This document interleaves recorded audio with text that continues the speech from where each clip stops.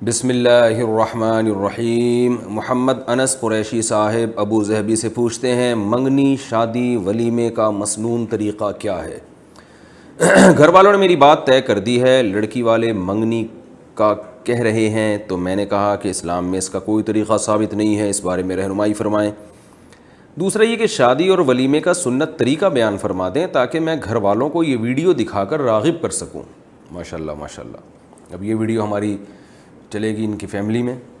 تو بھائی آپ کے والدین سے میری گزارش ہے کہ وہ اس بات کا التزام کریں کہ نکاح کو سنت کے مطابق کریں۔ میں بالترتیب بتاتا ہوں منگنی شادی ولیمے کا۔ منگنی کا تو اسلام میں ہے ہی نہیں، عربی بڑی فصیح و بلیغ زبان ہے مگر عربی میں منگنی کا لفظ ہی نہیں ہے، خطبہ کا لفظ ہے۔ خطبہ، خطبہ کہتے ہیں نکاح کا پیغام بھیجنا۔ آپ کو کہیں رشتہ پسند آیا، آپ پیغام بھیجیں، ان کو چاہیے کہ وہ مشورہ بھی کریں، اور سنت استخارہ جس میں کچھ نکلتا وکلتا نہیں ہے، بس وہ دعا ہے، کرنا وہی ہے جو ان کی سمجھ میں آ رہا ہے۔ تو جواب دینے میں وہ تاخیر کر دیں، اچھی طرح تفتیش کریں، اس میں کوئی حرج نہیں ہے۔ لیکن جب ایک دفعہ ان کی سمجھ میں آ گیا کہ ہاں یار یہ ہمیں قبول ہے، اگر سمجھ میں نہیں آ رہا کچھ وقت کے بعد وہ کہہ دیں بھائی انکار ہے، اور اگر سمجھ میں آ رہا ہے تو وہ کہتے ہیں بھائی قبول ہے۔ جیسے ہی قبول ہے ہوا، فوراً آپ ان سے بولیں بھائی پھر بتائیے کہ کب نکاح کرنا ہے، تو وہ آپس کی جو ہے نا انڈرسٹینڈنگ سے آپ لوگ طے کر لیں کہ بھئی کب نکاح کرنا ہے۔ یہ سارے کام، کسی کوئی تقریب نہیں، اس کی کچھ بھی نہیں۔ وہ جب ایک ڈیٹ دے دیں کہ بھئی فلاں تاریخ کو ہم نکاح کے لیے ایگری ہیں، تو پھر آپ ان سے پوچھیں گے کہ بھئی نکاح کے ساتھ فوراً رخصتی بھی ہوگی، اور رخصتی میں آپ کسی شرعی عذر سے یا کوئی معقول عذر سے تاخیر چاہتے ہیں، وہ بتا دیں بھائی کہ ہم تاخیر چاہتے ہیں تو تاخیر کر لیں، اور اگر تاخیر نہیں چاہتے تو اسی دن نکاح کے ساتھ رخصتی ہو جائے۔ تو پھر نکاح کی تقریب کیسے ہوگی کہ کہیں پہلے سے کوئی بڑا مجمع لگا ہوا ہو، جیسے جمعے کی نماز میں مجمع ہوتا ہے پہلے سے ہوتا ہے، یا عصر کی نماز میں بھی لوگ ہوتے ہیں، تو مسجد میں آپ جائیے، امام صاحب کو بتائیے کہ بھئی مسئلہ یہ ہے کہ فلاں جگہ میں نکاح کرنا چاہتا ہوں، تو فارم وغیرہ دے دیں آپ، ہم فل کر کے آپ کو دے دیں گے، آپ فلاں تاریخ کو آپ نے نکاح پڑھانا ہے۔ امام صاحب لوگوں میں اعلان کر دیں گے جب بھی فلاں تاریخ آئے گی، بھئی آج ایک نکاح ہے، آپ تمام حضرات تھوڑا سا نماز کے بعد تشریف رکھیں، یا جمعے میں کہہ دیں گے بھئی جمعے کی نماز کے بعد نکاح ہے، آپ تمام حضرات تشریف رکھیں، اس کی برکت سے اللہ نے چاہا تو جو کنوارے ہیں ان کا بھی ہو جائے گا، دوسروں کے نکاحوں میں شرکت کریں آپ لوگ۔ تو وہ جو لوگ بیٹھے ہوئے ہوں گے، تو جو دلہن ہے اس کے ابا، بھائی اور جو قریبی رشتہ دار ہیں وہ اس مجلس میں پہنچ جائیں، اپنے گھر سے سیدھا وہاں پہنچیں۔ دلہن گھر میں بیٹھی ہے، اس سے سگنیچر لے لیے، اس سے اجازت لے لی کہ بھائی ہم آپ کا نکاح فلاں سے کرا رہے ہیں، اتنے مہر میں راضی ہو۔ وہ خاموش رہے گی تو اس کی خاموشی رضا ہے، اگر ابا اس سے پوچھ رہے ہیں یا بھائی اس سے پوچھ رہے ہیں۔ اس کے بعد جب وہ مسجد میں وہ لڑکی والے پہنچ گئے، ادھر سے دولہا ٹائم پہ پہنچ گیا۔ یہ ٹائم اس لیے کہہ رہا ہوں کہ میں خود بھی نکاح پڑھاتا ہوں، ٹائم پہ دولہا ہی نہیں پہنچتا تو میں اس سے کہتا ہوں یار تم اپنی شادی میں ٹائم میں نہیں پہنچ رہے تو باقی کام کیا تم ٹائم پہ کرو گے۔ تو ٹائم پہ آپ پہنچ جائیں تو امام صاحب، جو بھی قاضی صاحب ہیں، امام صاحب ہیں، وہ نکاح پڑھا دیں، بھائی میں نے فلانی کا نکاح ڈمکانے سے کرا دیے، اتنے مہر میں قبول ہے بھائی۔ تو اس موقع پر لڑکے والے اگر کوئی چھوارے مٹھائی وغیرہ بانٹنا چاہیں تو بہت اچھی بات ہے، اور پھر وہیں سے لڑکی والے اپنے گھر تشریف لے جائیں۔ لڑکے والے اگر رخصتی ہے تو لڑکے والے بھی ان کے ساتھ چلے جائیں، اور نہیں ہے رخصتی تو جب رخصتی ہوگی اس وقت جا کے دلہن کو لے آئیں۔ تو یہ تو نکاح کا ہو گیا، اور کوئی بارات ورات نہیں ہوگی اس میں۔ پھر کیا ہوگا کہ جب رخصتی کا ٹائم ہے تو لڑکے کی طرف سے بھائی اس کی اماں، اس کی بہنیں جو بھی دلہن کو لے جانا چاہتی ہیں، بڑی عزت محبت کے ساتھ جائیں دلہن کے گھر میں۔ لڑکے والے جو ہیں پھر وہ دلہن کو لینے چلے جائیں، بارات نہ جائے، 4-5 افراد چلے جائیں، دولہے کی اماں چلی جائیں، دولہے کی بہنیں چلی جائیں، اور اگر دولہا بھی چلا جائے تو بھی بہت اچھی بات ہے۔ وہ حسب ذائقہ آپ خود یعنی فیصلہ کر لیں گے کہ دولہا کو جانا چاہیے کہ نہیں جانا چاہیے۔ بعض علاقوں میں رواج ہوتا ہے دولہا بھی جاتا ہے، بعض میں رواج ہوتا ہے دولہا نہیں جاتا۔ تو خیر 5-6 افراد چلے جائیں، تو جب وہ دلہن کے گھر جائیں گے رخصتی کے لیے گاڑی واڑی لے کے یا گھوڑا لے کے، تو پھر اگر کھانے کا ٹائم ہے تو لڑکی والے ان کو کھانا کھلا دیں، معزز مہمان ہیں، چائے کا ٹائم ہے تو چائے پلا دیں، تو وہ حسب ذائقہ جو ایسا کرنا چاہیں۔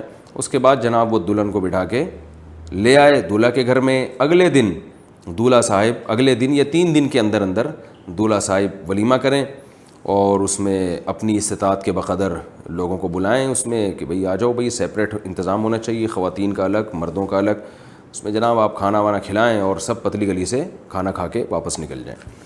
تو یہ سنت طریقہ ہے۔ تو اس کے علاوہ جو کچھ ہو رہا ہے یہ غلط رسومات ہیں، ہندوؤں سے لی گئی چیزیں ہیں، جس کی وجہ سے معاشرے کا بیڑا غرق ہو رہا ہے۔ تو اللہ کا واسطہ ان رسومات کا بائیکاٹ کرنے کی کوشش کریں آپ۔ مچھر جلانے والی مشین کے استعمال کا حکم۔ سلیم ندوی انڈیا سے پوچھتے ہیں کیا مچھر کو جلا دینے والی مشین کا استعمال جائز ہے؟ جائز ہے بھائی، ضرورت کی وجہ سے، کیونکہ ایک ایک مچھر کو الگ الگ پکڑ کے مارنا تو آسان کام نہیں ہے، تو مجبوراً اس کی گنجائش ہے۔ تمام علماء کا اس پہ اتفاق ہے کہ یہ جو مکھیاں جلانے والی مشین ہے یا مچھر جلانے والی مشین یہ استعمال کر سکتے ہیں۔ کیا موبائل میں قرآن پاک ڈاؤن لوڈ کر سکتے ہیں؟ محمد حنیف مہاراشٹر سے پوچھتے ہیں کیا موبائل میں قرآن پاک ڈاؤن لوڈ کر سکتے ہیں یا نہیں، جبکہ غلطی سے کبھی فون باتھ روم میں بھی چلا جاتا ہے، نیز ہمیشہ باوضو بھی نہیں رہتے، تو اس میں کوئی بے ادبی تو نہیں ہے؟ بھائی موبائل میں قرآن ڈاؤن لوڈ کریں آپ، اور اگر واش روم میں جانا ہو تو ڈسپلے پہ قرآن کا صفحہ کھلا ہوا نہیں ہونا چاہیے۔ اگر ڈسپلے پہ قرآن کی آیتیں کھلی ہوئی ہیں پھر واش روم میں لے جانا بے ادبی ہے۔ اگر وہ میموری کارڈ میں ہے، ڈسپلے سے غائب ہے، پھر کوئی حرج نہیں ہے، کیونکہ وہ جو قرآن کا پیج ہے وہ 0101 ڈیجیٹل فارم میں ہوتا ہے، وہ آیتوں کی شکل میں نہیں ہوتا۔ جب وہ کھلتا ہے تو پھر آیتوں کی شکل میں آپ کے سامنے آتا ہے۔ تو اگر وہ پیج آف ہوا ہے یا وہ ڈسپلے پہ یعنی اسکرین پہ ظاہر نہیں ہو رہا تو پھر آپ اس کو واش روم میں لے جا سکتے ہیں، اور بے وضو ہونے میں بھی کوئی حرج نہیں ہے۔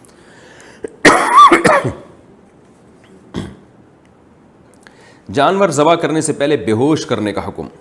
محمد قاسم جرمنی سے پوچھتے ہیں جرمنی کے قانون کے مطابق جانور ذبح کرنے سے پہلے اسے بے ہوش کیا جاتا ہے، لہذا یہاں کے مسلمان بھی جانور ذبح کرنے سے پہلے اسے بے ہوش کرتے ہیں، اس طرح ذبح کیا ہوا گوشت حلال ہوگا؟ جی گوشت تو بالکل حلال ہے، کیونکہ جب تک زندہ ہے اس کے گلے پہ چھری پھرے گی اللہ اکبر پڑھ کے تو وہ حلال ہو جائے گا، لیکن یہ کام بہرحال ناپسندیدہ ہے، کیونکہ جانور کو ذبح کرنے میں ایک بڑی حکمت یہ ہے کہ اس کا جو بلڈ ہے وہ تیزی کے ساتھ اس کی باڈی سے نکل جائے، کیونکہ بلڈ ایک گندی ناپاک چیز ہے، وہ پیٹ میں نہیں جانا چاہیے۔ جب آپ جانور کو بے ہوش کر دیتے ہیں تو پھر ذبح کرنے کے بعد وہ بلڈ صحیح طرح سے نکلتا نہیں ہے، اور وہ اس کی گوشت پوشت میں کافی حد تک بلڈ رہ جاتا ہے، کیونکہ جب جانور ہوش میں ہوتا ہے نا تو اس کا دماغ کام کر رہا ہوتا ہے، اور وہ دماغ جو ہے وہ آرڈر بھیجتا ہے ذبح کے دوران کہ کوئی ایمرجنسی نافذ ہو گئی ہے، تو جسم تڑپتا ہے، اس سے کیا ہوتا ہے کہ دل بہت زور سے دھڑکتا ہے، اور جتنا بلڈ ہے وہ بہت تیزی کے ساتھ اسپیڈ کے ساتھ اس کی رگوں سے نکل جاتا ہے، بے ہوشی میں یہ حکمت فوت ہو جاتی ہے۔ تو اس لیے شریعت کی حکمت اور مزاج کے بہرحال یہ عمل خلاف ہے، کیونکہ وہ گوشت صحیح طرح سے پاک نہیں ہوتا، لیکن حلال ہے، حرام نہیں ہے، ناپسندیدہ ہے، مکروہ ہے، اس لیے اس عمل سے حتی الامکان اجتناب کرنا چاہیے۔ ہاں جانور اتنا پاورفل ہے کہ وہ قابو میں ہی نہیں آ رہا، پھر ایک الگ بات ہے، لیکن نارملی یہ پسندیدہ عمل نہیں ہے۔ دودھ پیتے بچے کی الٹی کا حکم۔ محمد طاہر اٹک سے پوچھتے ہیں دودھ پیتے بچے یا بچی کی الٹی کا کیا حکم ہے؟ کیا وہ ناپاک ہوتی ہے؟ نہیں جناب، وہ ناپاک نہیں ہوتی، وہ پاک ہوتی ہے۔ وہ علامہ اقبال ایک دفعہ بازار میں جا رہے تھے تو وہاں لکھا ہوا تھا، وہ پڑھنے لگے بازار میں بڑھیا کو الٹی آ گئی، تو اصل میں لکھا ہوا تھا بازار میں بڑھیا کوالٹی آ گئی، بڑھیا کوالٹی۔ تو ان کا بچپن کا بڑا دلچسپ واقعہ ہے، تو یہ جب بھی میں کو الٹی کا لفظ کہیں پڑھتا ہوں نا تو مجھے وہ لطیفہ یاد آ جاتا ہے۔ لکھا ہوا تھا بازار میں بڑھیا کوالٹی آ گئی، تو وہ پڑھ رہے تھے بازار میں بڑھیا کو الٹی آ گئی۔ اسی طرح ایک سعودی عرب سے ایک صاحب آئے، وہ ایک دن مجھے کہنے لگے کہ یہ لیسبیل ہی چوک کدھر ہے؟ کہیں انہوں نے بورڈ میں دیکھ لیا لسبیلا چوک، تو وہ اس کو پڑھ رہے ہیں کہ جی لیسبیلی ہی چوک کدھر ہے؟ تو میں نے کہا جمعہ گلن سے پوچھیں، ہمارے ساتھ ایک بلوچی کھڑے ہوئے تھے، ان کا نام تھا جمعہ گل، وہ جمعہ گل ایسے لکھا جاتا ہے نا تو اس کو جمعہ گلن بھی پڑھ سکتے ہیں، تو میں نے کہا جمعہ گلن بتائے گا آپ کو کہ لیسبیلی ہی چوک کدھر ہے۔ تو عورتیں جمعہ کی نماز کیسے پڑھیں؟ سندس قاضی، خواتین جمعہ کی نماز 2 رکعت پڑھیں گی یا ظہر کی 4 رکعت؟ بھائی خواتین اگر جماعت سے جمعہ کی نماز پڑھ رہی ہیں تو جیسے مرد 2 رکعت پڑھتے ہیں خواتین بھی 2 رکعت پڑھیں گی، ظہر کی نماز ان سے ساقط ہو جائے گی۔ اور اگر وہ اخپل طریقے سے نماز پڑھ رہی ہیں یعنی اپنی الگ نماز پڑھ رہی ہیں، جماعت سے نہیں پڑھ رہی، تو پھر وہ ظہر ہی کی پڑھیں گی، پھر وہ جمعہ نہیں پڑھیں گی۔ 4 سنت موقدہ، 4 فرض اور 2 سنت موقدہ۔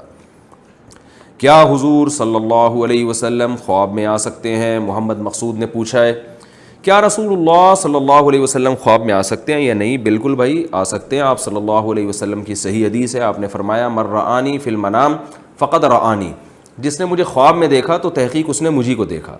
اس لیے نبی صلی اللہ علیہ وسلم کی خواب میں زیارت ہو جانا یہ بڑی سعادت کی بات ہے۔ البتہ آپ صلی اللہ علیہ وسلم خواب میں آ کے جب کوئی بات کہیں گے تو اس کو ایز اٹ از نہیں لیا جائے گا، بلکہ اس کی تعبیر نکالی جائے گی، تعبیر کی جائے گی، اس کو قرآن و سنت پہ پرکھا جائے گا کہ اس کے مطابق اس کا مطلب لیا جائے گا۔ مثلاً اگر کسی کو نبی خواب میں آ کے کوئی ایسی بات کہہ دیں کہ بھئی تم پہ نماز معاف ہے یا تم داڑھی کاٹ لو، تو اب کوئی یہ نہیں کہہ سکتا کہ نبی کا خواب سچا ہوتا ہے لہذا مجھے داڑھی کاٹنے کی اجازت ہے۔ نہ نہ نہ نہ، نبی کی جو جاگتی حالت کی باتیں ہیں جو حدیث کی شکل میں ہم تک پہنچی ہیں ان کو پہلے رکھا جائے گا اور خواب کی بات کو دوسرے نمبر پہ اس کی تعویل کی جائے گی۔ اس کی مثال میں ایسے دیتا ہوں، دیکھیں آپ کے والد صاحب نے آپ کو ایک کام آپ کے ذمہ لگایا کہ بھئی یہ فلاں کام میں تمہیں کہہ رہا ہوں یہ کر دو، یا بجلی کا بل مثلاً جمع کرا دو۔ جاگتی حالت میں رات کو، جاگتی حالت میں آپ کے ابا نے آپ سے کہا کہ بیٹا صبح 8 بجے تم نے بجلی کا بل لازمی جمع کرا دینا ہے۔ خواب میں آ کے آپ کے ابو آپ کو کہہ رہے ہیں بیٹا صبح 8 بجے تم نے بل جمع نہیں کرانا، اور فار ایگزامپل یہ خواب بھی سچا ہو۔ اب آپ جب صبح 8 بجے اٹھتے ہیں تو کیا کریں گے؟ بل جمع کرائیں گے کہ نہیں کرائیں گے؟ ظاہر ہے کرائیں گے، اس لیے کہ اگر آپ نے بل نہیں جمع کرایا اور ابا نے آپ سے پوچھا کہ میں نے تمہیں رات کو کہا تھا کہ بل جمع کرا دینا، آپ کے ابا خواب میں آپ نے کچھ اور کہا، تو ابا کہیں گے میں جاگتے ہوئے جو کہہ رہا ہوں اس کو فوکس نہیں کر رہے، خواب کو زیادہ اہمیت دے رہے ہو۔ تو خواب کی اپنی جگہ اہمیت ہے لیکن اتنی نہیں جتنی جاگتی حالت میں باتوں کی اہمیت ہوتی ہے۔ تو ہاں، رات کو جو ابا نے خواب میں آگے کہہ دیا کہ جمع نہیں کرانا، تو اس میں کوئی تعویل کی جائے گی اس کی، تو وہ تو خواب جھوٹا بھی ہو سکتا ہے، لیکن رسول اللہ صلی اللہ علیہ وسلم جب بھی خواب میں کوئی ایسی بات کریں تو اس کو قرآن و سنت پہ رکھا جائے گا اور اس کے حساب سے اس کی تعویل کی جائے گی۔ یہ اس لیے کہہ رہا ہوں کہ آج کل بہت سارے جاہل پیروں نے خوابوں پہ ایک پورا ایک جو ہے نا وہ شریعت کا ایک عمارت کھڑی کی ہوئی ہے، اور کہ مجھے نبی نے خواب میں یہ فرمایا تو مجھے نبی خواب میں یہ فرمایا۔ ان میں بہت سے جھوٹے ہوتے ہیں، خواب آیا نہیں ہوتا، اور اگر آیا بھی ہے تو اس کی ایک تعبیر ہوتی ہے۔ تو اس لیے خواب میں تو آنا، نبی صلی اللہ علیہ وسلم کی زیارت ہونا، یہ بڑی اچھی بات ہے، لیکن اس کی وجہ سے شریعت کا کوئی مسئلہ تبدیل نہیں ہوگا۔ شریعت کے جو اصول ہیں وہ کتابوں میں لکھے ہوئے ہیں، انہی کو فالو کرنا پڑے گا۔ خواب کی شرعی حیثیت کیا ہے؟ شریعت میں خواب کی کیا حیثیت ہے؟ تفصیل سے وضاحت کر دیں عائشہ فاطمہ سرگودا سے۔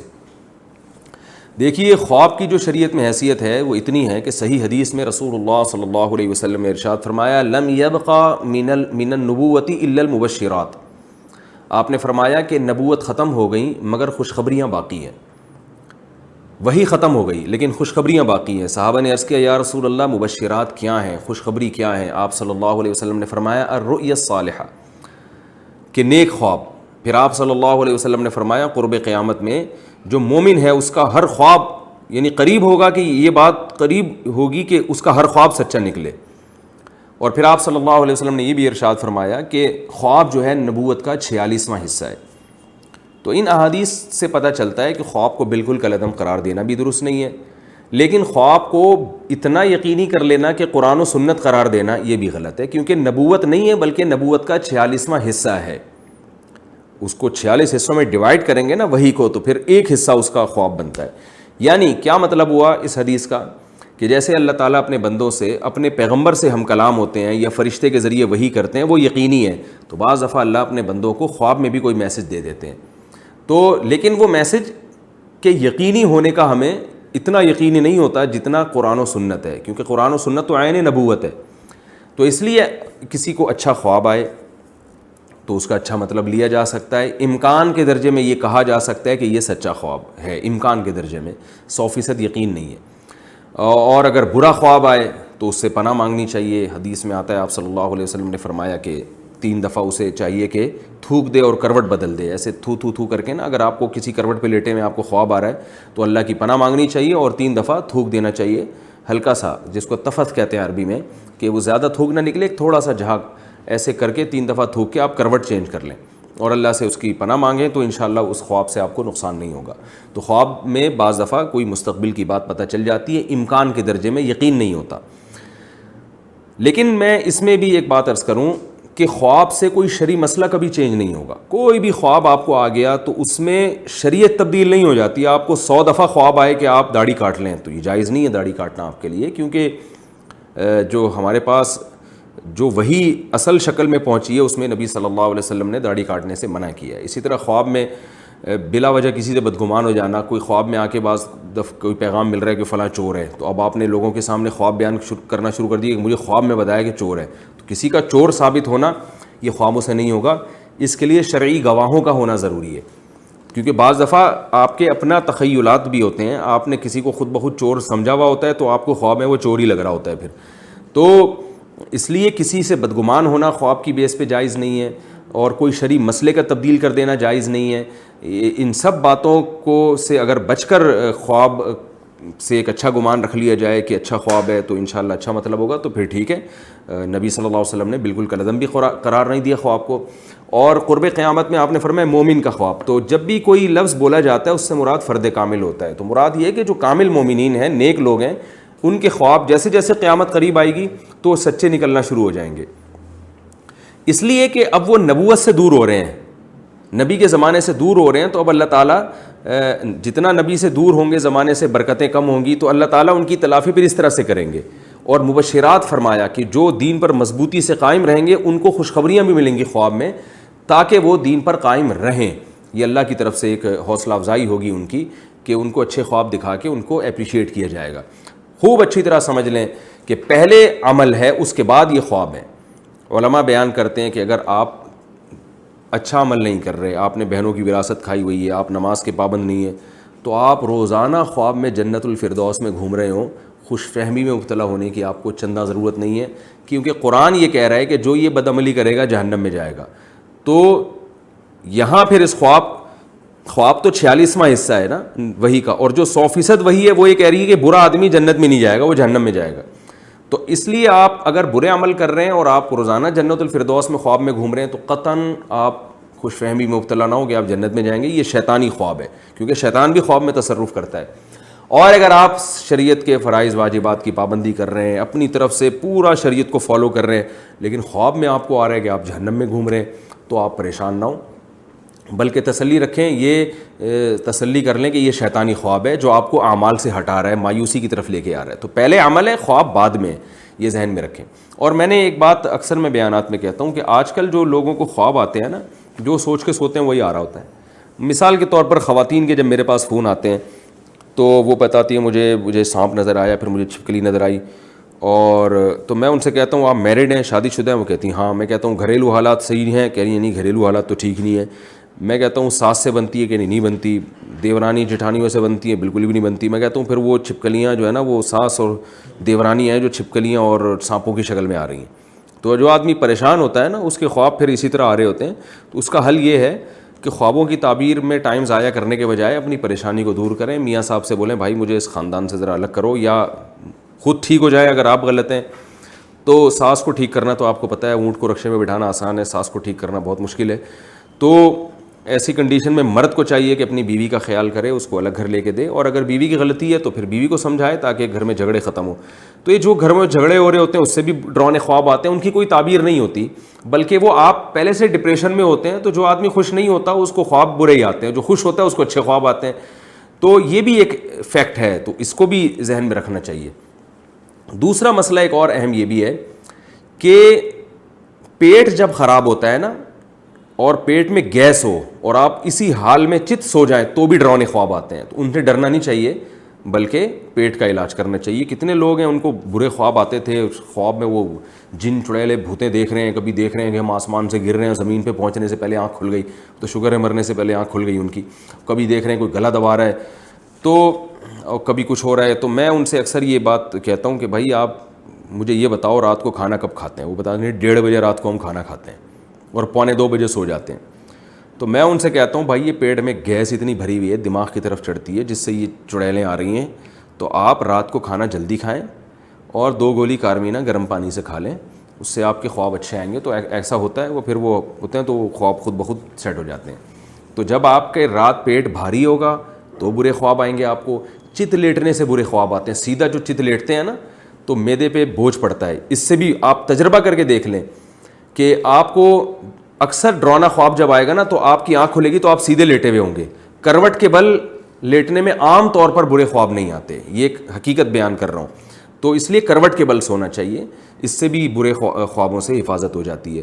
پھر بھی میں نے بتایا کہ یہ سارے ٹوٹکے اختیار کر لیے, پھر بھی کوئی برا خواب آ رہا ہے تو پھر اپنے اعمال کی اصلاح کی طرف فکر کرنی چاہیے. کہیں آپ کی زندگی میں بدعملی تو نہیں ہے جو اللہ کی طرف سے آپ کو تنبیہ ہو رہی ہے کہ بھائی انسان کا بچہ بن جا, سدھر جا تو, اور پھر انسان کا بچہ بننے کی کوشش کریں. پھر بھی اگر برا خواب آ رہا ہے تو پھر اس کو اگنور کر دیں, انشاءاللہ پھر آنا بند ہو جائیں گے. لیکن آ رہا ہے تو اگنور کر دیں, بھائی ہمارا عمل ٹھیک ہے, اللہ کی رحمت سے ہمیں امید ہے, ہم اللہ سے ڈرتے ہیں اپنی بدعملیوں کی وجہ سے, اور کوشش کرتے ہیں کہ ہماری اصلاح ہو جائے, اور جتنی اصلاح ہوگی اس میں ہم اللہ سے اچھی امیدیں لگاتے ہیں. اللہ تعالیٰ عمل کی توفیق عطا فرمائے. کیا صبح بیدار ہونے کے بعد روزہ رکھ سکتے ہیں؟ محمد عالم سعودی عرب سے پوچھتے ہیں, اگر کوئی بغیر نیت کے سو جائے اور صبح اٹھ کر روزہ رکھ لے تو روزہ ہو جائے گا یا نہیں؟ بھائی اگر آپ بغیر نیت کے سو گئے تو نصف النہار سے پہلے آپ نیت کر سکتے ہیں نفل روزے کی. رمضان کے قضا روزے کی نیت نہیں کر سکتے آپ. رمضان کے قضا روزے کی نیت آپ کو صبح صادق سے پہلے کرنی پڑے گی, یہ ذہن میں رکھیں.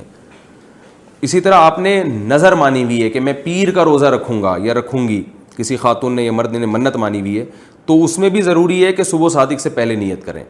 باقی جتنے بھی روزے ہیں, جیسے رمضان کا روزہ ہے تو رمضان کا روزہ رمضان ہی میں اگر آپ رکھ رہے ہیں تو نصف النہار سے پہلے نیت کر سکتے ہیں. نصف النہار کیا ہوتا ہے میں بتا رہا ہوں. نفل روزہ بھی آپ نصف النہار سے پہلے رکھ سکتے ہیں. آپ نے کہا کہ یار صبح مجھے ڈاؤٹ ہے, روزہ رکھوں گا نہیں رکھوں گا, صبح دیکھیں گے ذرا موسم سیٹ ہوا تو نفلی روزہ رکھ لیں گے, رمضان کا دوبارہ رکھنا ہی رکھنا ہے. تو آپ کی آنکھ کھلی تو نصف النہار سے پہلے اگر آپ نے کچھ کھایا پیا نہ ہو تو آپ نیت کر سکتے ہیں. نصف النہار کیا ہوتا ہے یہ سمجھیں. صبح صادق کا ٹائم دیکھیں, سحری کا وقت کتنے بجے شروع ہو رہا ہے, اور غروب آفتاب, تو اس کا جو بالکل درمیان کا وقت ہوگا یہ نصف النہار کہلاتا ہے. یعنی آدھا روزہ گزرنے سے پہلے آپ نیت روزے کی کر سکتے ہیں, یہ جائز ہے. شادی سے پہلے تصویر دیکھنے اور بات چیت کرنے کا حکم. محمد جنید ملیشیا سے, شادی سے پہلے لڑکا لڑکی ایک دوسرے کی تصویر دیکھ سکتے ہیں, اور کیا ایک مرتبہ فون پر بات بھی کر سکتے ہیں؟ کر سکتے ہیں, اگر کوئی آپ کو ڈاؤٹ ہے تو اجازت ہے اس کی. تصویر جو ہے اگر دیکھنی ہی ہو, بہتر تو یہ ہے کہ خود ایک دوسرے کو دیکھا جائے, جو ہے نا براہ راست دیکھا جائے, کیونکہ لڑکیوں کی تصویریں جب اس طرح سے واٹس ایپ وغیرہ پہ جاتی ہیں وہ پھر سیو نہیں ہوتی. وہ تو اگر آپ ڈیلیٹ بھی کر دیں تو موبائل کی جو دکان والے ہوتے ہیں وہ وہاں سے ڈیٹا ریکور کر کے پھر وہ تصویریں جو ہے وہ اپلوڈ کر سکتے ہیں نیٹ پر اور ادھر ادھر. تو لڑکی کی تصویر موبائل پہ سیو نہیں ہوتی, اس لیے اس میں اجتناب کرنا چاہیے. دیکھنا جائز تو ہے رشتے کی نیت سے, ڈیجیٹل تصویر کی بات کر رہا ہوں, اور لیکن افضل یہی ہے کہ جو نبی صلی اللہ علیہ وسلم نے بتایا کہ جس سے نکاح کرنا چاہتے اس کو ایک دفعہ دیکھ لو, تو وہ براہ راست دیکھنے کا حکم ہے. ویسے بھی تصویروں میں دھوکے بہت ہوتے ہیں, کئی شادیاں تصویروں کی بیس پہ ہوئی ہیں, وہ تصویر میں کیا تھا اور بعد میں کیا نکلا, ایک زندگی بھر کا ایک درد سر بن جاتا ہے لوگوں کے ساتھ. تو جو افضل طریقہ ہے وہ یہی ہے کہ یعنی اس طرح سے براہ راست دیکھا جائے, یہ زیادہ بہتر ہے. بیوی کا بغیر عذر طلاق کا مطالبہ کرنا. عبد الصمد اٹک سے پوچھتے ہیں, ایک شخص سے اس کی بیوی بغیر کسی شرعی عذر کے طلاق مانگ رہی ہے جبکہ خاوند اس کے تمام حقوق ادا کرتا ہے, تو ایسی بیوی کے لیے شرعاً کیا حکم ہے؟ نیز کیا فسخ نکاح یا خلا کی صورت میں شوہر حق مہر دینے کا پابند ہوگا؟ نبی صلی اللہ علیہ وسلم نے ایسی عورت کو منافقات میں شمار کیا ہے جو بلا عذر شوہر سے طلاق مانگتی ہیں, اور ایک روایت میں یہاں تک آتا ہے کہ جنت کی خوشبو بھی نہیں پائیں گی. تو بلا وجہ شوہر سے طلاق مانگنا یہ کبیرہ گناہ ہے, عورت کے لیے جائز نہیں. کوئی معقول ریزن ہو تو ایک الگ بات ہے, اور جب یہ بلا وجہ آپ سے طلاق مانگ رہی ہیں تو آپ یہ پابند کر سکتے ہیں میرا مہر واپس دو تو میں تمہیں طلاق دوں گا. اور خلا اسی کو کہتے ہیں کہ عورت کا مطالبہ ہو اور وہ مہر واپس کر کے آپ سے طلاق مانگ رہی ہو, تو اسی کو خلا کہا جاتا ہے. یہ جو عدالت میں آج کل خلا چل رہا ہے نا, یک طرفہ ڈگری جاری کی جاتی ہے, یہ خلا نہیں ہے شریعت میں. یہ فسخ نکاح ہے, اور فسخ نکاح کی شرائط بھی اکثر یہاں پائی نہیں جاتی ہیں. تو مہر اس کو پھر وہ دینے کی پابند ہوگی, اور اگر شوہر دے دے مہر اس کو تو اس کی طرف سے گریوی ہو جائے گی, یہ ثواب ہو جائے گا. جادو کی کیا حقیقت ہے؟ جادو کی حقیقت کیا ہے اور کیا اس کا علاج ممکن ہے؟ محمد عمر صاحب کراچی سے پوچھتے ہیں. بھائی محمد عمر صاحب, جادو کی حقیقت یہ ہے, پہلے میں بتا دوں جادو کی ڈیفینیشن کیا ہے. جادو کہتے ہیں کوئی بھی ایسا کام دنیا میں ہو رہا ہے جس کے اسباب مخفی ہیں, جس کی ریزن بالکل سمجھ میں نہیں آ رہی آپ کے. دیکھیں یہ پین میرے پاس رکھا ہوا ہے, میں نے ہاتھ چھوڑا, یہ پین نیچے گرا, اس کی ریزن سمجھ میں آتی ہے. بھائی جب بھی کوئی چیز چھوڑیں گے تو گریویٹی کی وجہ سے وہ نیچے ہی جائے گی, لیکن اگر یہ چیز نیچے جانے کے بجائے اوپر آنا شروع ہو جائے اور آپ کو کوئی دھاگا بھی نظر نہ آ رہا ہو تو یہ جادو ہے. تو اسباب مخفی ہوں. اب یہ جب چیز اوپر جانا شروع ہوگی میں تو چونکہ جادوگر نہیں ہوں اس لیے اوپر میں ہاتھ سے لے کے جا رہا ہوں. اگر یہ خود بخود جانا شروع ہو جائے تو اس کے اسباب مخفی ہیں, یعنی اس کی کوئی لاجک ہوتی ہے لیکن وہ لاجک سامنے والے کو سمجھ میں نہیں آ رہی ہوتی ہے, جو کر رہا ہوتا ہے اس کو پتہ ہوتا ہے. وہ لاجک کیا ہوتی ہے کہ ایسا باریک سا دھاگا لگا ہوا ہے جو پبلک کو نظر نہیں آ رہا, یا اس میں کوئی میگنیٹ لگا ہوا ہے اور اوپر بھی میگنیٹ ہے, اور یہاں کوئی ایسا بٹن ہے کہ جب میں وہ بٹن دباتا ہوں اوپر سے پردہ ہٹتا ہے اور میگنیٹ اس کو کھینچنا شروع کر دیتا ہے. وہ ایسی شعبدے بازیاں ہوتی ہیں کہ لاجک ہوتی ہے لیکن وہ سامنے والوں کو نظر نہیں آ رہی ہوتی, تو اس عمل کو جادو کہا جاتا ہے. ٹھیک ہے نا. یاد رکھیں کوئی کام بغیر لاجک کے اس دنیا میں نہیں ہوتا. لاجک کے بغیر, سبب کے بغیر کام کرنے کی قدرت صرف اللہ کو ہے. اللہ وہ ذات ہے جو کچھ کرنے میں اسباب کا محتاج نہیں ہے. آدم علیہ السلام کو مٹی کا پتلا بنایا اور کن بولا ہو جا تو وہ انسان بن گئے, مرد بن گئے. پھر ان کی پسلی سے عورت کو پیدا کر دیا. تو اللہ ہے جو جیسے بغیر باپ کے اللہ نے عیسیٰ علیہ السلام کو پیدا کر دیا, تو اللہ جو بھی کرے گا اس کی ضروری نہیں کوئی لاجک ہو. جیسے اس نے آدم سے اس کائنات کو بنا دیا, پھر اس کو لاجک کے تحت لے آیا, لیکن جب پہلی دفعہ بنایا تو اس کی کوئی لاجک نہیں تھی, ویسے ہی بس کن کہا ہو جا اور وہ ہو گئی. تو اللہ تعالیٰ اسباب کے تحت بھی کام کرتے ہیں اور اسباب سے ہٹ کے بھی کام کرتے ہیں, لیکن انسان یا کوئی بھی مخلوق اللہ کے سوا وہ کوئی بھی کام کرے گی تو اس کی کوئی لاجک ہوگی, اس کی کوئی ریزن ہوگی. تو وہ ریزن کبھی سمجھ میں آ رہی ہوتی ہے, جیسے میں نے کہا کہ میں نے یہ پھینکا یہ نیچے چلا گیا, یہ ریزن سمجھ میں آ رہی ہے. اور کبھی وہ ریزن دکھائی نہیں دے رہی ہوتی, وہ دکھائی نہیں دے رہی ہوتی. جیسے میں نے بتایا یہ پین اگر خود بخود اوپر جانا شروع ہو جائے تو یاد رکھیں یہ خود بخود نہیں جائے گا اوپر, اس میں کچھ ایسے دھاگے لگے ہوئے ہوں گے یا کچھ ایسا میگنیٹ ہوگا یا کوئی ایسا کام ہوگا کہ وہ آپ بیوقوف بن رہے ہوگے لیکن وہ پس پردہ ہو رہا ہوتا ہے. تو اس کو یہ ہے جادو کی ڈیفینیشن کہ کوئی بھی ایسا کام جس کا سبب مخفی ہو, چھپا ہوا ہو, ہمیں نظر نہ آ رہا ہو, اس عمل کو جادو کہا جاتا ہے. اس کی پھر دو قسمیں ہیں. ایک قسم وہ ہے کہ جو خفیہ تدبیریں استعمال کر کے شعبدے بازی جسے کہا جاتا ہے. جیسے میں نے بتایا چپ ایسا دھاگا لگا دوں ٹرانسپیرنٹ وہ نظر ہی نہ آ رہا ہو آپ کو, اور یہ اوپر جا رہا ہو, بندہ اوپر بٹھایا ہوا اس کو کھینچ رہا ہو, تو آپ تو سمجھیں گے خود بخود جا رہا ہے, حالانکہ وہ اوپر کوئی بندہ بیٹھا ہوا ہے. جیسے میجک شو جتنے بھی آتے ہیں, وہ جی آستین سے کبوتر نکال دیا اس نے, اور وہ انڈا یوں کیا تو انڈے کو یوں کیا تو انڈے سے بچہ نکل آیا, وہ ہوتی ٹرک ہے, وہ اسباب ہوتے ہیں, وہ بڑی زبردست ٹرک ہوتی ہے ان کی, وہ سیکھنے سے سکھا بھی دیتے ہیں. جیسے آپ نے دیکھا ہوگا وہ دو ٹکڑے کر دیے دھڑ کے, وہ اصل میں ٹانگیں فولڈ کی ہوئی ہوتی ہیں, ہمیں لگ رہا ہوتا ہے کہ یہ ٹانگیں الگ ہو رہی ہیں, وہ الگ الگ نہیں ہو رہی ہوتی. تو اس طرح کے دھوکے. یا ممتاز بیگم آپ نے چڑیا گھر میں دیکھی ہوگی, لومڑی ہے, اوپر سر اس کا عورت کا ہے, پیچھے پوری لومڑی ہے. وہ اصل میں لومڑی نہیں ہے, وہ کوئی خاتون ہی نیچے ہوتی ہیں, وہ پیچھے لومڑی کا دھڑ لگایا ہوا ہوتا ہے. تو ایسی شعبدے بازیاں, یہ بھی جادو ہے. اور ایک جادو وہ ہوتا ہے جو جنات کے ذریعے کیا جاتا ہے, اس کو بھی اچھی طرح سمجھیں. ہوتا یہ ہے کہ جو شیاطین جنات ہیں ان کو کوئی میسج دیا جاتا ہے کہ بھائی تم نے فلاں کام کرنا ہے, فلاں کو نقصان پہنچانا ہے. تو جب ان کو ایک میسج دیا جاتا ہے ایک خاص طریقے سے, جو یہ جادوگر ٹائپ کے لوگ ہوتے ہیں نا, وہ ان کو میسج دینا جانتے ہیں کہ کس طرح سے جن کو یہ میسج دیا جائے گا تو جن سمجھ جائے گا کہ میں نے کرنا کیا ہے. پھر وہ جن سے کام کروانے کے لیے, کیونکہ وہ جن کافر ہوتے ہیں اور شیاطین ہوتے ہیں یعنی برے جنات ہوتے ہیں, تو پھر کوئی بہت ہی وحشیانہ عمل کیا جاتا ہے جس سے وہ جن خوش ہو کے کچھ کام کر دیتے ہیں. وحشیانہ عمل کیا؟ جیسے معاذ اللہ زندہ چوزے کو زمین میں دفن کر دیا, یا یہ کہ بچوں کی مردہ ہڈیاں قبرستان سے نکال کے ان پہ کچھ عمل کرنا شروع کر دیا کہ بچہ معصوم ہوتا ہے اس کی مردے کی ہڈیاں نکالنا, یا کوئی ایسا گندا عمل, خون اور یہ سب چیزوں میں پینا. یہ جادوگر اکثر سڑے ہوئے ہوتے ہیں, گندے ہوتے ہیں, غلاظت کا استعمال کر رہے ہوتے ہیں اور خود بھی نہاتے نہیں ہیں کئی مہینے. تو ان چیزوں سے جنات خوش ہوتے ہیں. تو وہ جنات جب خوش ہوتے ہیں تو پھر جنات کو کوئی میسج دیا جاتا ہے. اس میں بعض دفعہ جن وہ کام کر لیتا ہے, بعض دفعہ نہیں بھی کرتا, یعنی کوئی ایسا قابو میں نہیں آ جاتا جن کے جادوگر جو بولے گا جن وہ کرنا شروع کر دے گا, ایسا نہیں ہوتا. کئی دفعہ جن قابو میں نہیں آتا, اور بعض دفعہ وہ قابو میں تو ویسے بھی نہیں آتا لیکن میسج پر عمل کر لیتا ہے اور پھر وہ جن اس کو پریشان کرتے ہیں.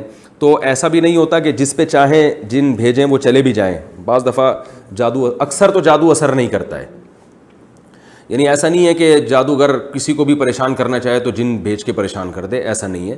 بلکہ جنات بھی دیکھتے ہیں کہ بھیج کس پہ رہے ہمیں.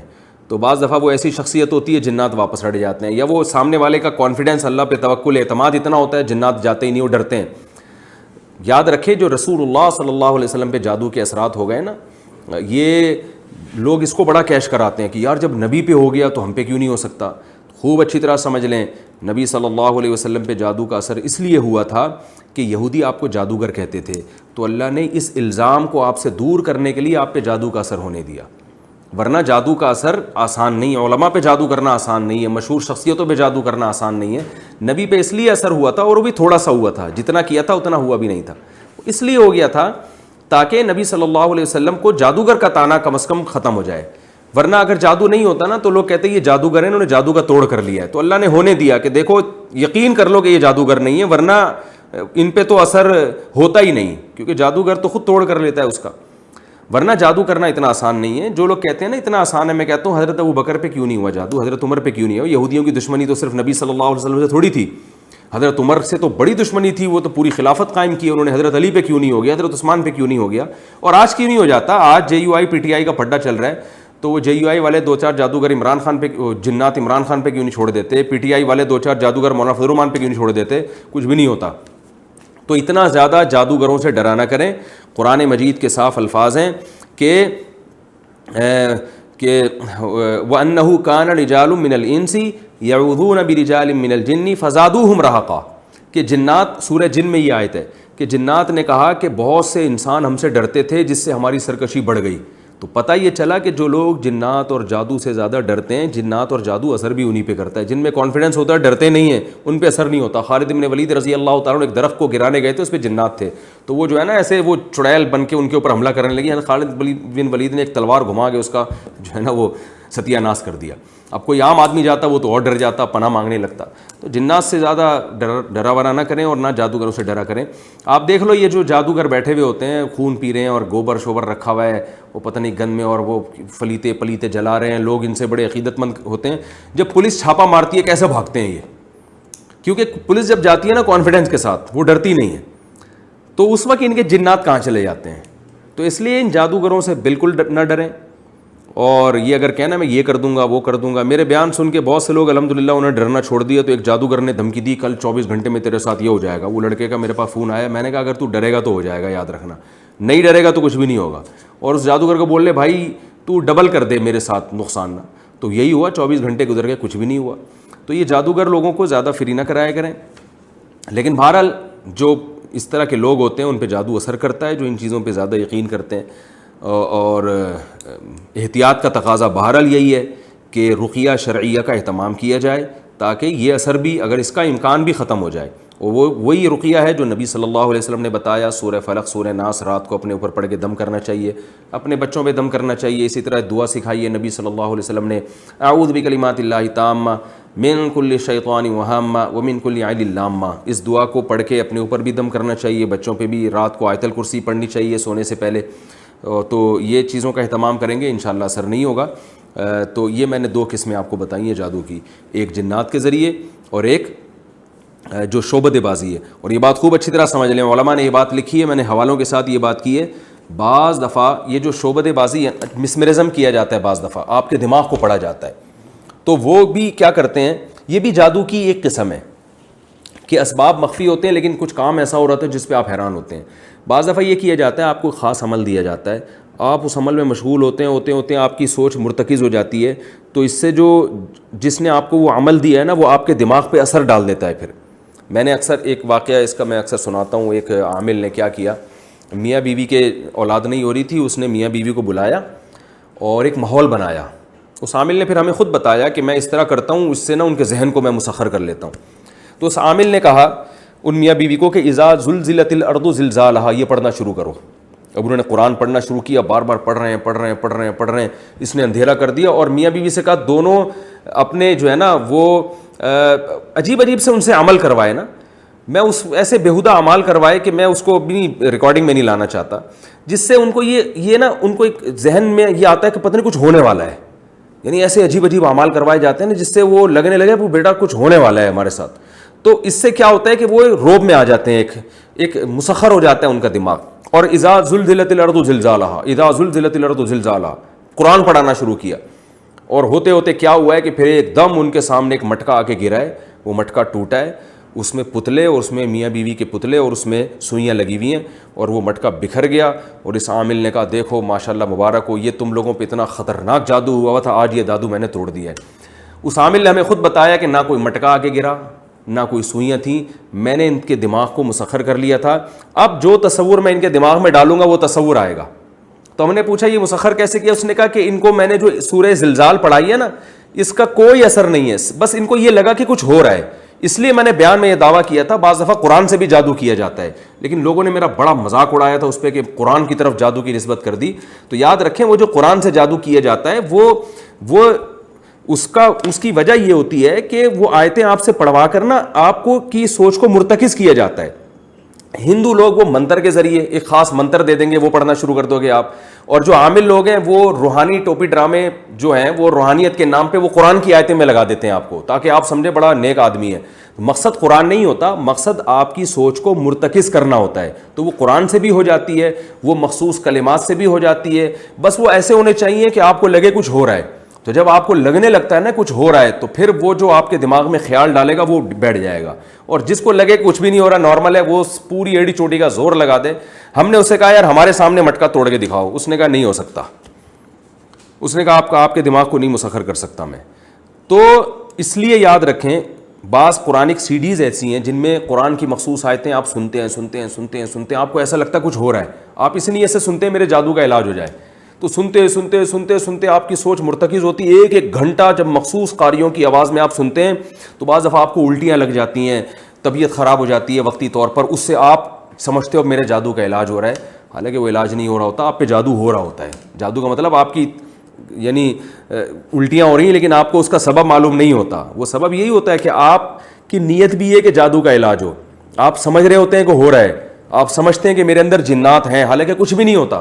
آپ سمجھتے ہیں میرے اندر جنات ہیں, اب میں یہ سورہ رحمان اتنی دفعہ اتنے غور سے بار بار ایک خاص فریکوینسی کے ساتھ سنوں گا تو وہ جنات نکلنا شروع ہوں گے.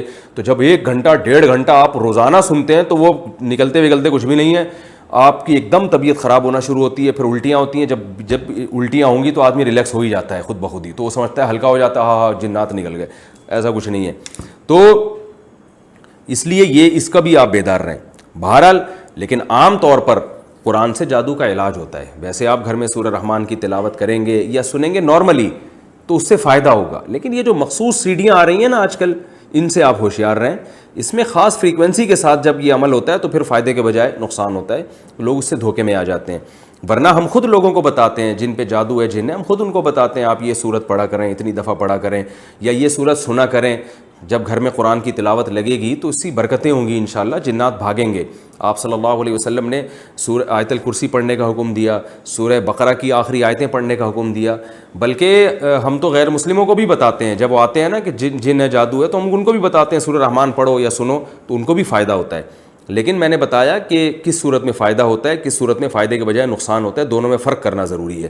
تو یہ ہے جادو کی کچھ میں نے آپ کے سامنے تفصیل بیان کی ہے. اور ویسے آپ رقیہ کا اہتمام کریں گے انشاءاللہ یہ جادو وادو نہیں ہوگا. پھر بھی اگر کسی پر ہو گیا ہے تو قریب میں مولوی صاحب کے پاس جائے, بولے مولوی صاحب مجھ پہ آپ دم کر دیا کریں, آیت الکرسی پڑھ کے یا مختلف صورتوں سے وہ دم کریں گے, انشاءاللہ فائدہ ہوگا. یا کوئی اچھے آدمی ہیں جو واقعی نیک آدمی ہوں اور لوگوں کو الو نہ بناتے ہوں, تو ان سے جا کے بھی علاج کرا سکتے ہیں, فائدہ ہوتا ہے. لیکن میں نے بتایا اس فیلڈ میں فراڈی بہت ہیں, ایسا نہ ہو کہ کچھ بھی نہ ہو اور وقتی فائدہ ہو اور آپ اور الجھتے چلے جائیں. ایسے کئی کیسز سامنے آئے کہ ایک مریض تھا, وہ علاج کرانا شروع کیا, وہ ابھی ٹھیک ہوا نہیں ہوا, لیکن اس کے ابا کو بھی شروع ہو گیا, اس کی نانی کو بھی شروع ہو گیا, پورا خاندان لپیٹ میں آ جاتا ہے. تو دواؤں پہ لکھا ہوتا ہے تمام دوائیں بچوں کی پہنچ سے دور رکھیں. تو میں بھی آپ سے کہتا ہوں کہ تمام بچے ان عاملوں کی پہنچ سے دور رکھیں آپ.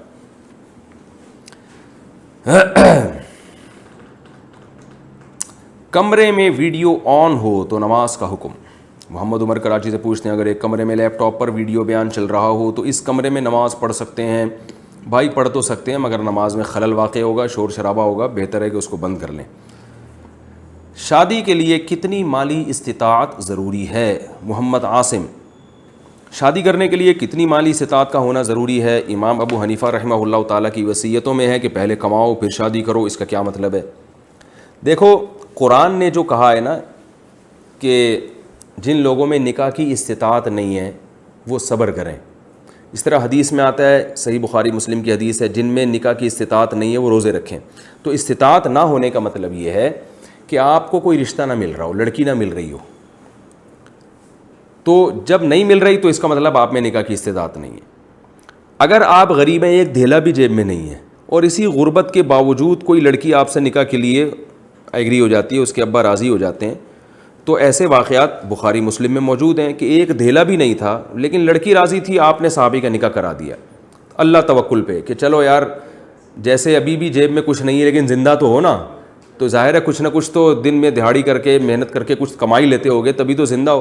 تو آپ اب شادی بھی ہو گئی ہے تو اب کماؤ گے تو اللہ کی رحمت سے امید ہے, اب پہلے ایک کا خرچہ ہو رہا تھا, اب اللہ دونوں کے کھلانے کا انتظام کر دے گا. تو اصل تو اسلام میں یہ ہے کہ پیسوں کا ہونا ضروری نہیں ہے, لیکن لڑکی والوں کو یہ بالکل حق حاصل ہے کہ بھائی وہ ایسی جگہ شادی کر رہی ہے کہ وہ بہت زیادہ توکل کرنا پڑے گا اس کو. مثال کے طور پر وہ صحابیہ تو راضی ہو گئی تھی, بخاری کی جو حدیث ہے کہ صحابی کے پاس ایک لنگوٹا تھا, اوپر کی قمیض بھی نہیں تھی, اس کے علاوہ کسی چیز کے مالک نہیں تھے, تو وہ صحابیہ نے گزارا کیا ان کے ساتھ کہ جہاں یہ بھوکے رہیں گے تو ہم بھی بھوکے رہ لیں گے. لیکن آپ کو پتہ ہے کہ یہ ہر ایک میں یہ حوصلہ نہیں ہوتا. بیٹی نے باپ کے گھر جو اس کا لائف اسٹائل ہوتا ہے اس کے قریب قریب ہی اس کو شوہر کے گھر وہ چیز چاہیے ہوتی ہے. اسی کو کفو کہا جاتا ہے کہ اسی طرح کا ہونا چاہیے, کیونکہ اب گھر باپ کے گھر میں اس کو سارا 3 ٹائم کا کھانا مل رہا ہے اور ایک اچھا ایک لگژری لائف اسٹائل ہے. اب وہ کسی ایسے غریب سے شادی کرے گی تو ظاہر ہے وہ اس کو بہت یعنی ٹینشن ہو جائے گی اور بھوکا رہنا پڑے گا, توکل بہت زیادہ کرنا پڑے گا. تو شریعت نے لڑکی کو یہ اجازت دی ہے کہ بھئی یہ لڑکا اگر آپ کے جوڑ کا نہیں ہے تو آپ انکار کر دیں, آپ اپنا اسٹیٹس دیکھ کے اپنا حیثیت دیکھ کے آپ شادی کریں, یہ اس کے لیے بالکل جائز ہے. تو جو ایسے بیچارے بے روزگار ٹائپ کے لڑکے ہیں جن میں جو کمائی نہیں رہے ہیں تو ان کے لیے جائز ہے کہ وہ اس بے روزگاری میں بھی شادی کر سکتے ہیں. بلکہ قرآن نے کہا یکونوا فقراء یغنیہم اللہ من فضلہ, فقیر ہو گئے تو اللہ غنی کر دے گا, شادی کر لو.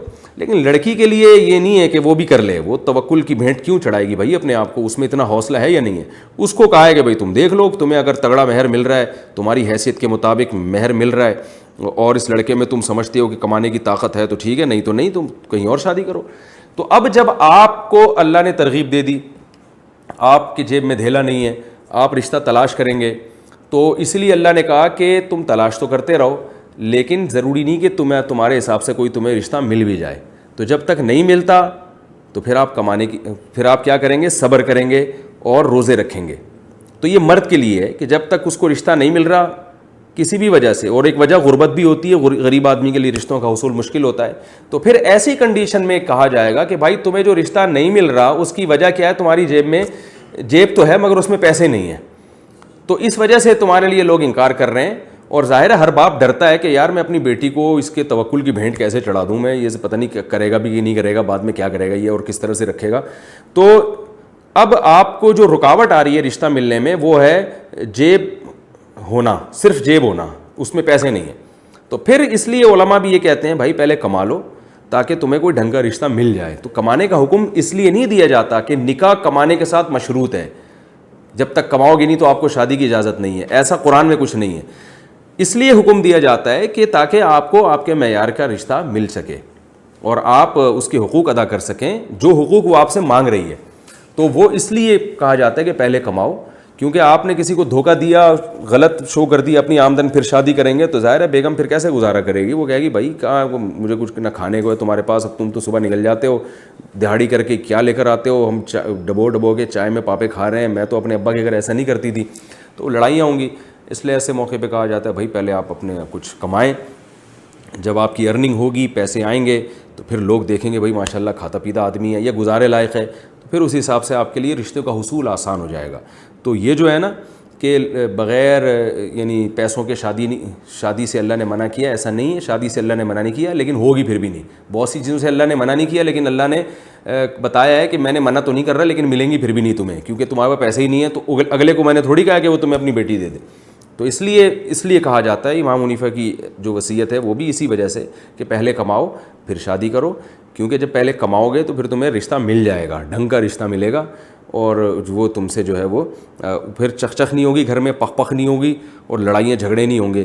ورنہ تم بھی توکل وہ بھی توکل, اور وہ پتہ نہیں توکل کر لے. تو جیسے نبی کی بیویوں نے توکل کیا, نبی کے پاس تو کچھ بھی نہیں تھا, وہ 40 دن نبی کے ساتھ بھوکی رہ جاتی تھیں, تو ٹھیک ہے. لیکن آپ کو مارکیٹ میں آج کل ایسی خاتون ملیں گی نہیں کہ آپ صبح اٹھیں تو بیگم آج کھانے کو کچھ نہیں ہے, چلو اللہ پہ توکل کرتے ہیں, شام کو اللہ نے چاہ تو کچھ انتظام ہو جائے گا, ورنہ روزہ رکھ لیتے ہیں. تو ایسی خواتین مارکیٹ سے شارٹ ہے آج کل. نبی صلی اللہ علیہ وسلم جب گھر میں آتے, امی عائشہ سے پوچھتے کچھ کھانے کو ہے, اگر بتاتی ہیں تو کھا لیتے, بتاتی نہیں ہے تو آپ فرماتے چلو میں نے روزے کی نیت کر لی. تو آپ کو ایسی لڑکی ملے گی کہاں سے کہ آپ جب صبح گھر پہ آئیں گے اور بیگم سے بولیں گے بیگم کچھ کھانے کو ہے, وہ جواب میں کہے کہ نہیں, آپ کہیں چلو ہم دونوں روزہ رکھتے ہیں, بیگم کہے ماشاءاللہ میرا میاں کتنا نیک ہے, آپ کا سرکار آپ کا روزہ ہے تو چلیں میرا بھی روزہ ہے.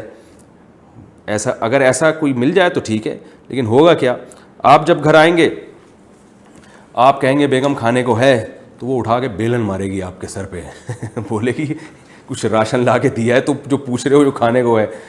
تو جو ہے نا وہ اپنے حساب سے دیکھ کے کہا جاتا ہے کہ اس لیے پھر علماء بھی کہتے ہیں کہ بھئی پہلے کچھ کما لو, کچھ اسٹیبل ہو جاؤ, تاکہ یہ لڑائیاں بیلن ویلن گھر میں نہ چلیں, ٹھیک ہے نا, تمیز سے زندگی گزر جائے. لیکن اس میں غلو کرنا جائز نہیں ہے, تھوڑا بہت بھی ہے, کچھ اللہ پہ توکل کریں, کچھ جیب میں پیسے ہوں, مل جل کے پھر گزارا کریں. اللہ نے کہا ہے کہ اللہ نکاح کے بعد غنا دے گا. اس میں جو یہودیوں کی طرح کیلکولیشن کرتے ہیں اتنے پیسے جب تک نہیں ہو جائیں گے میں شادی نہیں کروں گا, تو وہ بیچارے ساری زندگی پیسے ہی جمع کرتے رہتے ہیں اور ان کے پیسوں میں برکت ہوتی نہیں ہے. تھوڑے بہت بھی آ گئے, گزارے لائق ہو گیا ہے, تو کسی غریب لڑکی سے شادی کر لیں, اللہ تعالیٰ کا وعدہ ہے کہ میں انشاءاللہ برکت دوں گا. پھر بھی برکت نہیں ہو رہی تو یہ آپ کا اپنا قصور ہے, اللہ کی طرف سے نہیں ہے یہ, اور یقین کر لیں اگر نکاح نہ ہوتا تو اس سے بھی جاتے. ٹوپی پہننے کا شرعی حکم. شاہد حیدر صاحب, کیا ٹوپی نہ پہننا گناہ ہے؟ بھائی ٹوپی کرانا گناہ ہے, ٹوپی نہ پہننا گناہ نہیں ہے, لیکن خلاف سنت ہے. مسلمان معاشرے میں نبی صلی اللہ علیہ وسلم, صحابہ, تابعین اور صدیوں سے علماء صلحاء سب سر کو ڈھانپتے ہی آئے ہیں, اس لیے مسلمان کے لیے افضل یہی ہے کہ وہ سر کو ڈھانپا کرے, لیکن فرض واجب نہیں ہے.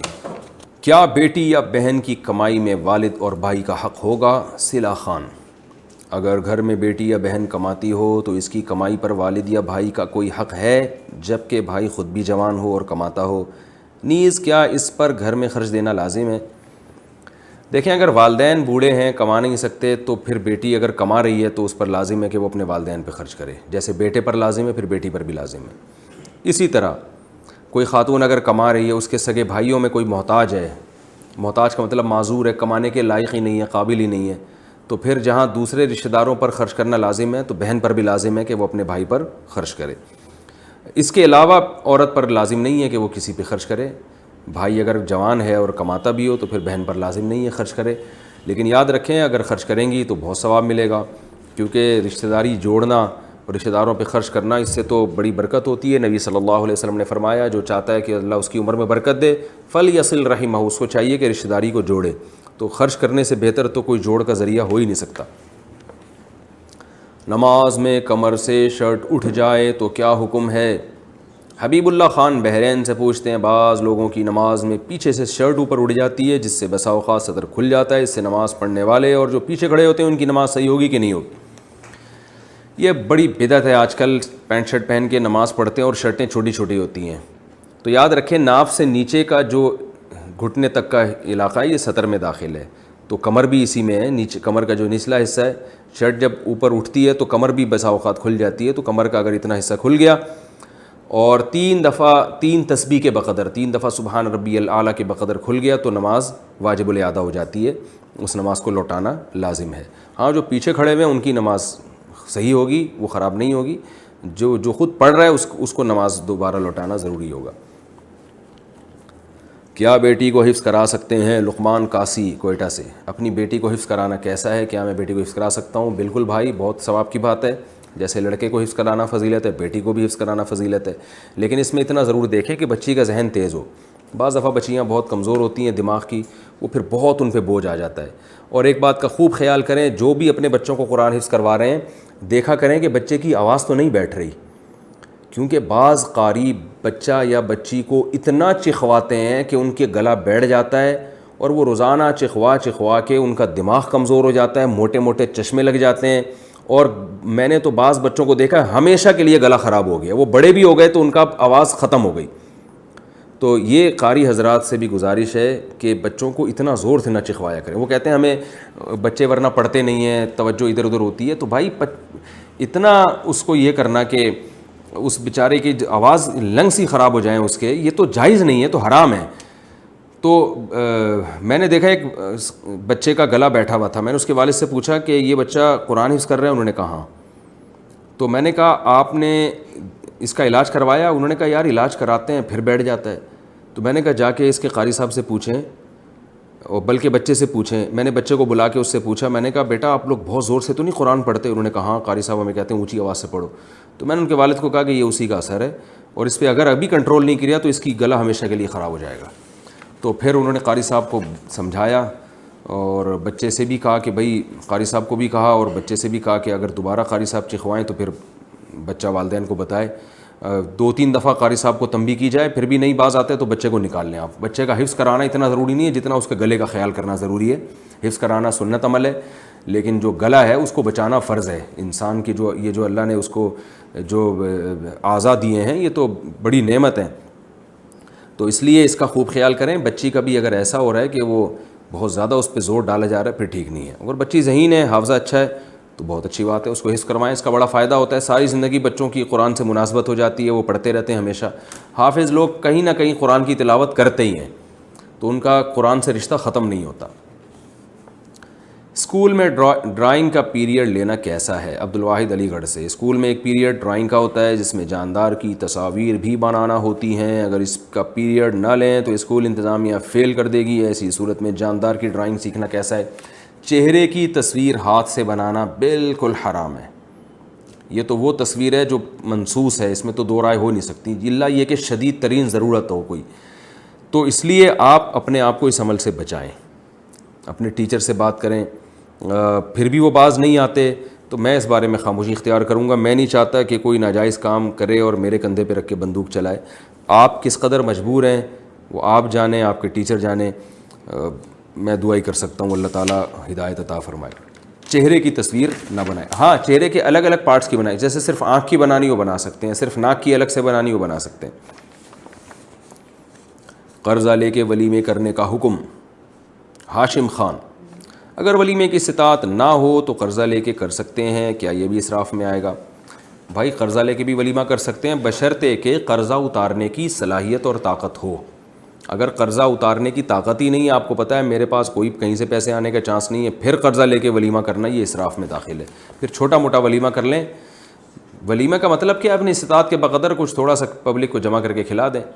نبی نے ایک ولیمہ ایسے بھی کیا, آپ سفر میں تھے تو صحابہ کو کہا کہ بھئی دسترخوان بچھاؤ, جس کے پاس جو اچھی چیز ہے لاؤ, مل کے کھاتے ہیں. تو ایک طریقہ ولیمے کا یہ بھی ہے.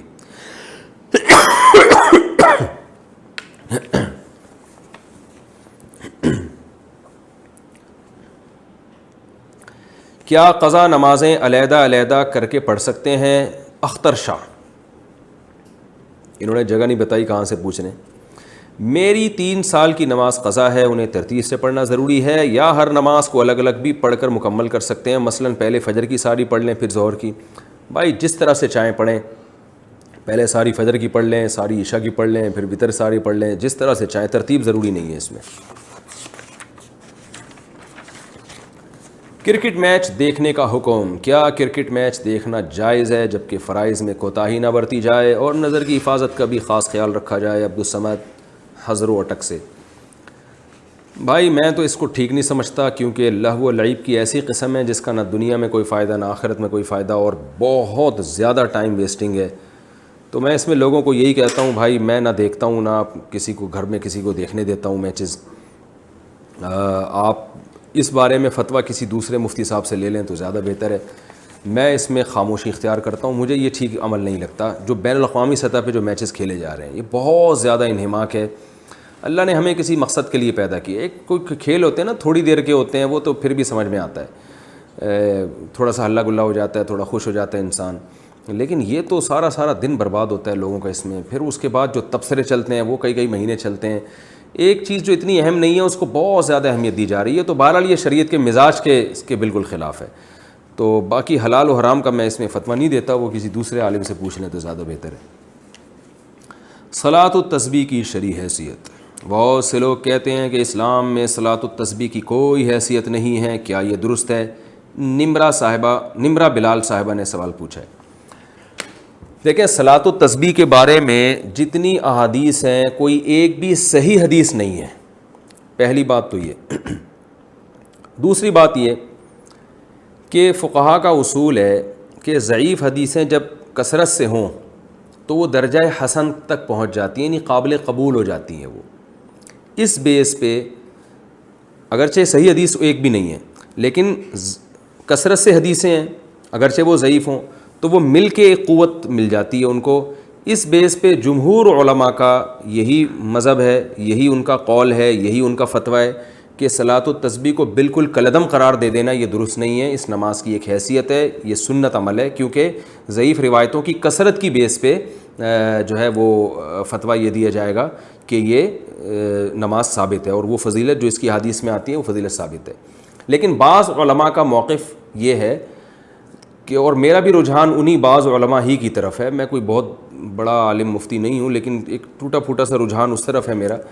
وہ ابن تیمیہ رحمہ اللہ تعالیٰ نے جو بات کی ہے بڑی زبردست کی ہے، اور یہی بات ہمارے شیخ حضرت مفتی رشید احمد صاحب رحمہ اللہ بھی فرمایا کرتے تھے. حضرت نے تو ابن تیمیہ کی بات نقل نہیں کی، حضرت کی اپنی ذاتی رائے تھی مفتی رشید احمد صاحب کی جو مفتی اعظم تھے، اور حضرت مفتی تقی عثمانی صاحب، حضرت مفتی رفیع عثمانی صاحب دامت برکاتہم العالیہ کے استاذ رہے ہیں 8 سال، بڑے علم مشہور تھے. ان کا بھی رجحان اس طرف تھا کہ وہ بھی صلاۃ التسبیح کو نہیں مانتے تھے. اس کی وجہ یہ تھی کہ وہ یہ کہتے تھے کہ ٹھیک ہے درجہ حسن تک روایتیں پہنچ رہی ہیں، مگر ان روایتوں سے جو نماز ثابت ہو رہی ہے نا وہ ان مشہور متواتر روایتوں کے بالکل اپوزٹ ہے، یعنی ان کے خلاف ہے. امام ابو حنیفہ رحمہ اللہ تعالیٰ کا اور فقہ حنفی کا جو اصول ہے خاص طور پر مسائل کے استنباط کا، وہ یہ ہے کہ جو اگر کوئی متواتر یا قطعی چیز ہمارے سامنے آ جائے احادیث سے، اس کے مقابلے میں اگر صحیح حدیث بھی اس کے خلاف ہوگی تو اس قوی کو ترجیح دی جائے گی. جیسے قرآن ایک متواتر ہے، اب قرآن سے اگر کوئی حکم ثابت ہو رہا ہے تو اگر حدیث صحیح حدیث سے بھی یعنی حدیث اگر صحیح بھی ہو اور اس کے خلاف چلی جائے گی تو احناف پھر قرآن کو لیتے ہیں، حدیث کو اس میں تعویل کر لیتے ہیں کیونکہ قرآن قطعی ہے. تو اسی طرح بعض روایتیں کثرت سے ہوتی ہیں جن سے ایک حکم ثابت ہو رہا ہوتا ہے، ان کے اپوزٹ اگر ایک کوئی صحیح روایت بھی ہوتی ہے تو اس کو احناف اکثر رد کر دیتے ہیں یا اس میں تعویل کر لیتے ہیں کہ بھئی جو متواتر روایتوں سے جو چیز ثابت ہو رہی ہے وہ اس کے بالکل اگینسٹ ہے. تو صلاۃ التسبیح میں بڑا اشکال یہ ہوتا ہے کہ اس نماز کی جو کیفیت ہے اس میں بعض دفعہ ایسا عمل ہوتا ہے جس سے سدہ سہو لازم آ رہا ہوتا ہے. یعنی عام نمازوں، مثال کے طور پر آپ جب یعنی سورہ فاتحہ کے بعد جب سورت شروع کرتے ہیں اور سورت ختم کرتے ہیں تو رکوع میں تاخیر سے جو صحیح حدیث سے ہمیں پتہ چلتا ہے، جو نبی کا معمول رہا ہے، وہ یہ کہ سورت ختم کرتے ہی آپ نے رکوع کیا ہے. تو اسی وجہ سے فقہاء نے کہا ہے کہ اگر سورت ختم کرنے کے بعد آپ رکوع میں تاخیر کریں گے تو سدہ سہو لازم ہو جائے گا. یہ کثیر صحیح حدیث سے یہ اصول نکالا ہے فقہاء نے.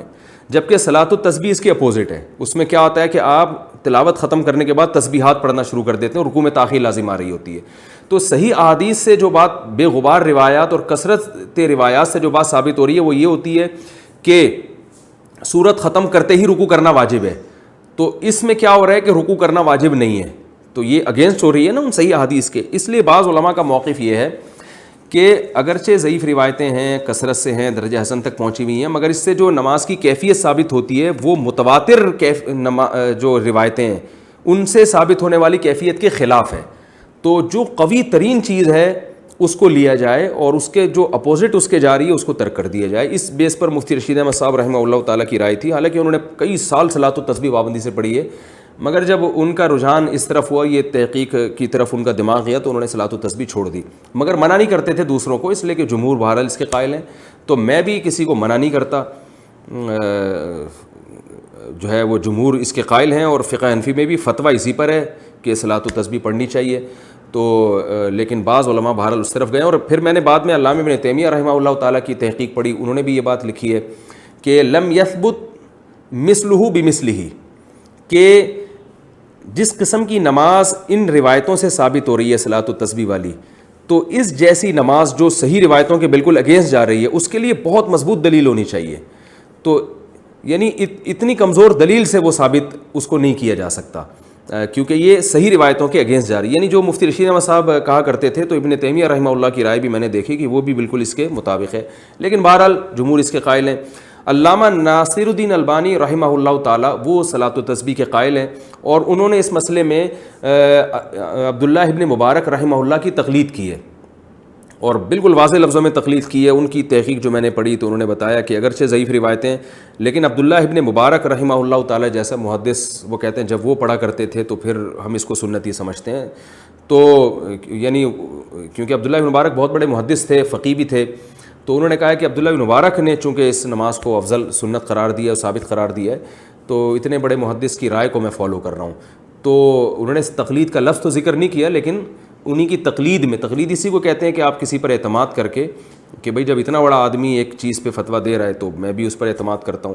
تو اگر کوئی تقلید کے طریقے پر اگر کوئی عبداللہ بن مبارک کو فالو کرے یا کسی دوسرے مجتہد کو پھر تو ٹھیک ہے, لیکن اگر تحقیق کی دنیا میں جاتے ہیں تو پھر میرا رجحان اسی طرف ہے, کیونکہ امام حنیفہ سے صراحتاً اس بارے میں کچھ منقول نہیں ہے, امام مالک سے بھی صراحتاً اس بارے میں کچھ منقول نہیں ہے, یہ حضرات اس بارے میں خاموش ہیں.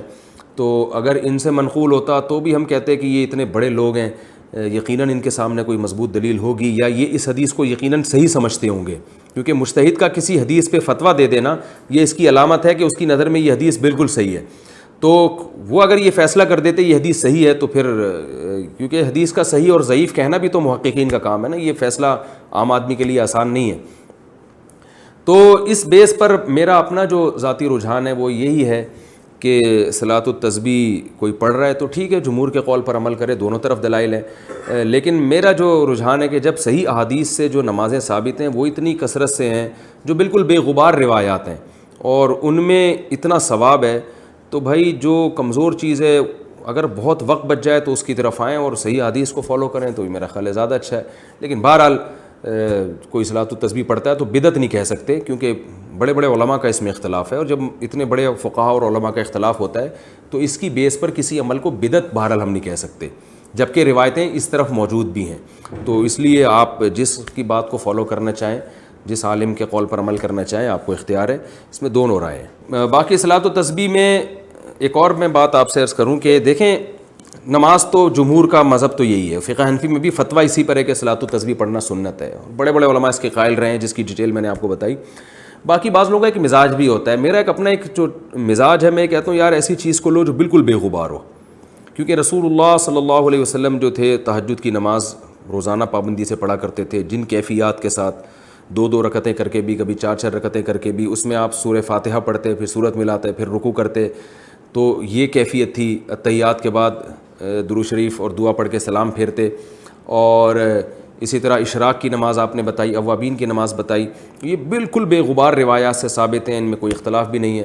تو بعض کا مزاج بھی ہوتا ہے, میرا مزاج یہ کہ بھائی ایسی چیز کو لے لو جو بالکل بے غبار ہو. لیکن بعض لوگ کہتے ہیں کہ بھائی اس میں چونکہ تسبیح کا عمل بہت زیادہ ہو رہا ہے اور بڑی لمبی نماز ہوتی ہے اور تسبیح سے ایک طرف دماغ لگتا ہے, اس بیس پہ کہتے ہیں کہ یہ پڑھنی چاہیے. تو اس میں ایک ذوق کا بھی اپنا دخل ہوتا ہے. تو دونوں رائے ہیں, آپ جس رائے کو چاہے فالو.